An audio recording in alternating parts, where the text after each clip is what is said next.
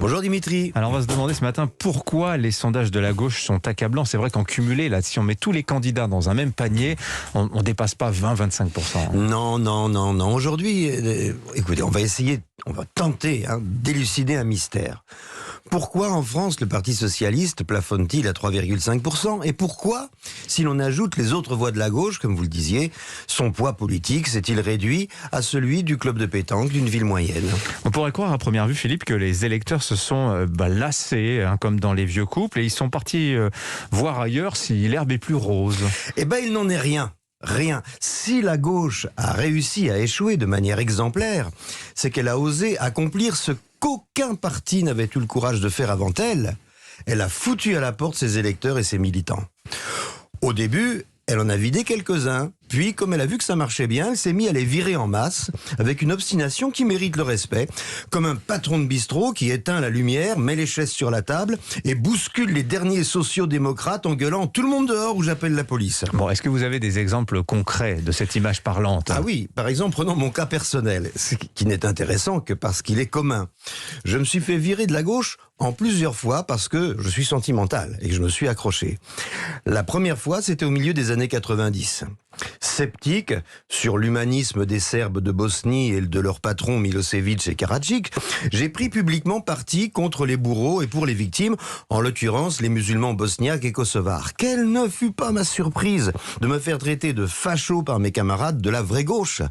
Je fis dès lors l'objet d'une suspicion qui se transforma en franche hostilité lorsqu'éclata la deuxième intifada. Pensant être raccord avec l'idéal de la gauche, j'ai défendu l'existence de l'État d'Israël et son devoir d'assurer la sécurité de son peuple. Là, j'ai vu mon identité de facho s'enrichir de celle de néoconservateur américain. Puis est venu le temps du référendum pour le traité constitutionnel européen, pour lequel j'ai milité en phase avec ce que je croyais être la passion européenne de la gauche démocrate. Erreur de facho néoconservateur américain, je suis devenu renégat. Je saute quelques épisodes et j'en viens à la publication des caricatures de Mahomet dans Charlie Hebdo. À ma grande stupeur, je me suis retrouvé non seulement facho néoconservateur américain et renégat, mais également raciste. Enfin, pour avoir licencié un dessinateur qui avait dérapé dans l'antisémitisme, je me suis vu caricaturé en nazi par Plantu dans un grand journal de gauche. Mettez-vous à ma place. Ça devenait de plus en plus compliqué pour moi de tambouriner à la porte du bistrot pour payer ma tournée. Mon cas n'est pas isolé. On est des millions. Manuel Valls, après les attentats de l'Hypercacher, a déclaré à la tribune de l'Assemblée que la France, sans les Juifs, ça n'était plus la France. Et il a réaffirmé le principe de laïcité. Qu'est-ce qui s'est passé ? Il a été expulsé par la gauche. Pas sur le coup, car ça aurait été trop scandaleux, mais lentement, sournoisement, au fil des mois qui ont suivi. Non que la totalité de la gauche française fût devenue antisémite et anti-laïque, non, mais c'est peut-être pire, elle est devenue compatible avec l'antisémitisme et la bigoterie, comme on l'a vu lorsque la France insoumise a défilé avec les islamistes. Bon, effectivement, avec un tel pédigré, on comprend pourquoi il y a plus grand monde à gauche aujourd'hui, Philippe. Oui, mais c'est encore trop. Il en reste. L'épuration n'est pas terminée.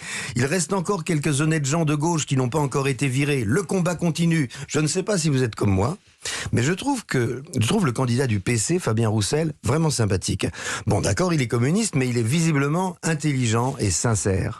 Le malheureux a fait l'éloge de la bonne chair, ce qui implique qu'il mange de la viande. Aussitôt, sur les réseaux sociaux, qui sont les nouveaux porte-parole de la gauche nuancée, il s'est fait traiter de facho néoconservateur américain, renégat raciste, de nazi et de suprématiste blanc. Finalement, en se débarrassant de ses électeurs, la gauche n'a fait qu'obéir à la devise de Staline. Pas d'homme, pas de problème. On aurait préféré qu'elle obéisse à la devise de Molière. Je prends tout doucement les hommes comme ils sont, j'accoutume mon âme à souffrir ce qu'ils font.